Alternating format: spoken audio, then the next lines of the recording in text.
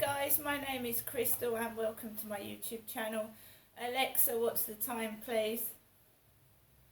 It's 9:48 a.m. So I'm going to go back to the dentist now. So eventually I get called up to my Asian lady dentist, who is a young woman in her 20s. She's a young Indian lady. She's very nice, she's very polite. I get called upstairs, I knock on room 2, go inside. That's where Ashley Lupin extracted about 9 of my teeth. The male who used to own that dentist, Maddie, is in charge now, a female Asian dentist. So I went into room 2 where I'd had about 9 teeth extracted in the past. She told me to sit down. I gave her the letter that Mr. Newman gave me. So I handed this letter from Medway Hospital to my dentist.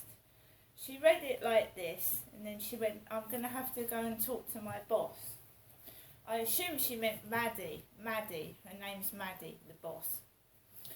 So I was left in the dental room with a very attractive blonde lady. So 2 women were left in a room together because I'm a woman.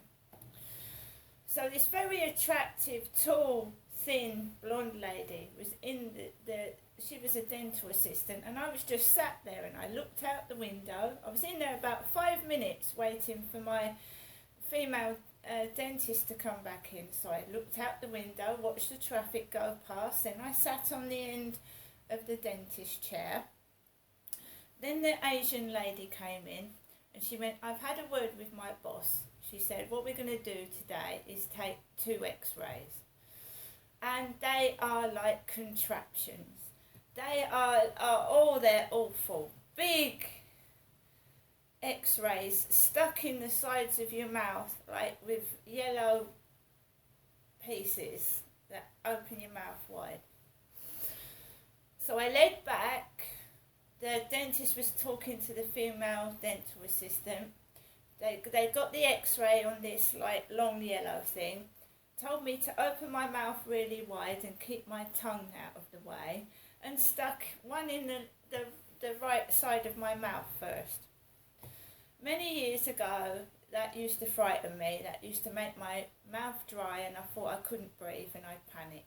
Now I've had so much dental treatment, I've had 9 teeth extracted, numerous dental x-rays and all sorts of shit put in my mouth, glue, paste, whatever. So I just laid back, opened my mouth wide open, then you have this contraption in your mouth, they go outside, you hear the beep, and then they take the x-ray out. Did it that side, did it this side. And I'm sat there and I'm thinking, oh, well, gets up off of the chair. I said, "Is that it?" She went, "Yes." She went, "Just wait a moment." She said, "Wait a moment. I'm just going to look at the x-rays." She said, "What we'll do is we're going to look at the x-rays and we're going to, if there's anything wrong, we'll let you know by email." So I saw my teeth on the screen. I saw my bottom teeth on the screen, the x-ray. I saw it. She said, "By the look of it, I don't think there's anything wrong with your teeth, but we'll let you know if there is." By now, because I've got a bad molar, this dentist has said I've got, like, what do they call it? I've got an infection in the gum, right? An abscess. They'd said it was an abscess. They'd told me that the filling was leaking. Now they're saying there's nothing wrong with the tooth at all, or the gum or anything. They're saying there's nothing wrong. But by now, that contraption had scraped the side of my tooth, irritated my gums and was making me feel sore. But I didn't get cross, I didn't get upset. She said, "Take this down to Anthony." So the guy on the desk was called Anthony.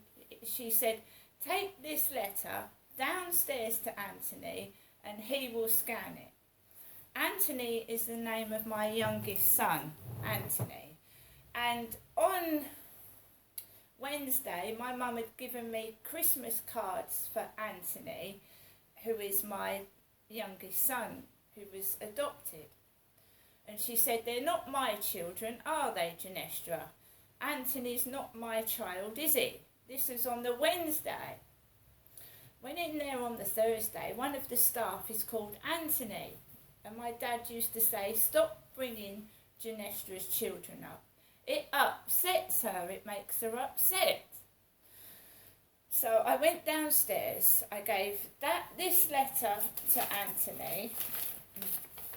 Anthony read it out loud to me. He went like this. He went. I saw this lady in today's head and neck clinic. One lady said, you're reading that quick, to Anthony. He went over to the scanner, scanned it, gave it me back. He said, do you need any other treatment? I said no. And then I walked out of the dentist. Still with no information on this pain and how to deal with it. So I left with nothing, goes out, and then I think I just can't walk. I just don't feel like walking. I can't walk home. Those boots are heavy. I am tired. I am sore. So I walk up to Chatham railway station with a bloke behind me talking on his mobile aggressively. So he's a coloured guy is behind me, like rapping about and speaking and being loud behind my back and smoking as well. So I stand out to the side and I let this bloke walk past me. Then I go back, cross over the crossing, go into Chatham railway station and into Starbucks, where there